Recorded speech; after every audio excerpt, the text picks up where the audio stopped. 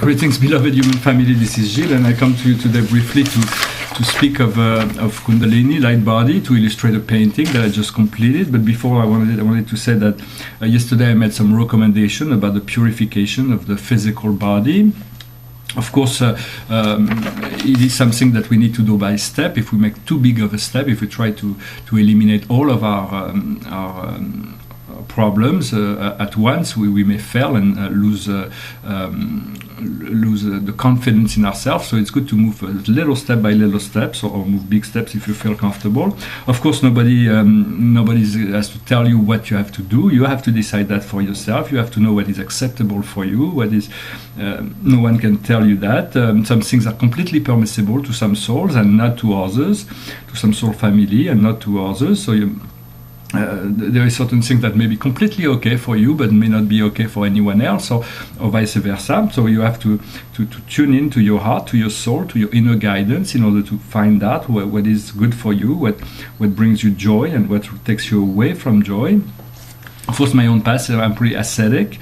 That means I can do very well with very little, but not everybody is like that. So you have to find the right balance and harmony in your life in order to live your life in the best way possible and to enjoy the most of what this life has to offer.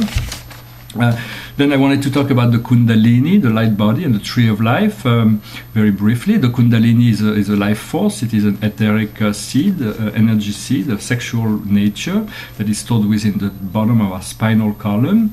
It looks like a snake, and it resides on the root.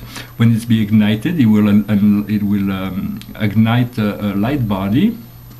There are techniques, tantric techniques, to activate the Kundalini, but it's too intimate to speak about, and also it wouldn't be appropriate to activate or even seek to activate yourself the Kundalini before you are ready. It's something that will happen naturally when it's time. And so when this is activated, it opens an energy field that it becomes universal, where we are able to traverse the dimension in order to reach our higher self. There are other light bodies. There are 6 light bodies that have been designed for humanity. Another one that needs to be mentioned is the Merkaba. It is an octohedron tetrahedron.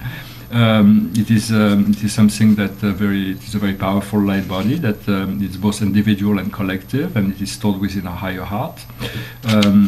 Eventually, those will be activated within each of the 50,000 billion cells that we have, and we'll be able to accelerate our frequency. So this painting I've been working on illustrates this tree of life on a symbolic matter. It has been taught, this tree of life has been represented in many traditions and religions. I started this painting in 2008 and it's finished now in 2015, so it took me 7 years. I already presented it, but I thought it was finished, but now I'm pretty sure it is finished, so I'm really happy to have done it. It is a preliminary painting for much larger works, but I thought I'd share that work now. It looks like this. So on the bottom it says Tree of Life number 1 with the crystal earth. Then there it says our sun, the etheric father sun, and the etheric mother sun. Then there is the midway station. Above is the Pleiades. Then Arcturus, Antares, then it goes into Sirius above. That leads to the galactic center with the Omega Father Galaxy and the Alpha Mother Galaxy, and the Omni Galactic Source above, that's represented by the Trinity. Well, I hope you find this video interesting. I thank you for tuning in. I wish you a wonderful day, and I'll talk to you later. Adonai.